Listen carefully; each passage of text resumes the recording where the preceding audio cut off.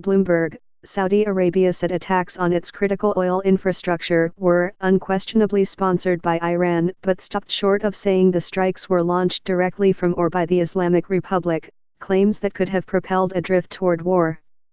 With parts of drones and missiles recovered from the attack sites at Abqaiq and Quraysh on display, Saudi Defense Ministry spokesman Turki al-Maliki on Wednesday showed maps aimed at proving the strikes originated from the north and could not have been launched by Yemen's Iranian-backed Houthi rebels, who shortly after repeated their claims of responsibility. Despite Iran's effort to make it appear so, the attack didn't originate from Yemen, Maliki said. Data analysis of the attack sites indicate weapons of Iranian origin. Iran has denied it was involved in the worst attack in Saudi Arabia's history, and President Hassan Rouhani said earlier Wednesday that his country did not want war. The Saudi defense officials' comments, and moves by the U.S., suggested the two allies were also working to de-escalate tensions in the region. President Donald Trump, who had initially declared the U.S. locked and loaded for a response, said Wednesday he was tightening sanctions on Iran.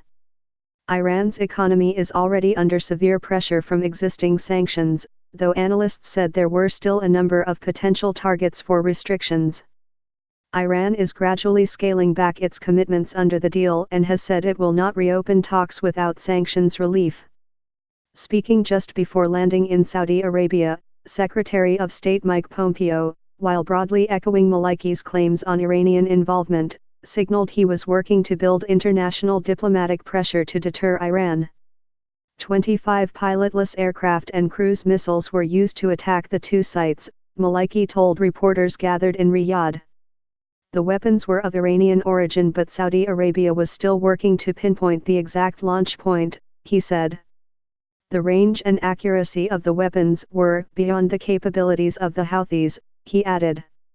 In comments made immediately after the Saudi briefing, Yemen's Houthi military spokesman Yahya Sari said some of the drones used were new, with a range of up to 1,700 kilometers, and were launched from 3 different points inside Yemen.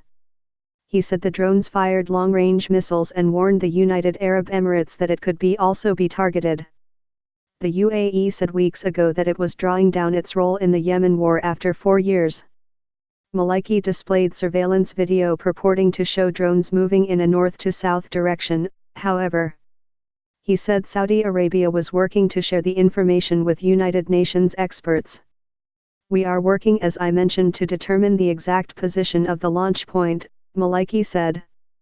Whether it's been launched from Yemen, launched from somewhere else, those people, they will be held accountable, and this is a decision at a political level in our country. Addressing a cabinet meeting, Rouhani said the assault on the oil facilities was carried out by the Houthis retaliating against Saudi Arabia's military campaign in their country and should serve as a warning and lesson, according to state TV. Iran backs the Houthis, one of several militias it supports around the region, from Lebanon to Iraq. The confrontation has sporadically convulsed the Gulf, with the strikes on oil tankers, an American drone and a key pipeline, pushing the region to the brink of open conflict. The U.S. and its Gulf allies assumed the Iranians would take the maximum pressure without any significant reaction, said David Roberts, an assistant professor at King's College London who studies the Gulf. They've all been completely blindsided by the potent nature of the Iranian response. Updates throughout with details. With assistance from Josh Wingrove, Dana Craich and Zainab Fattah.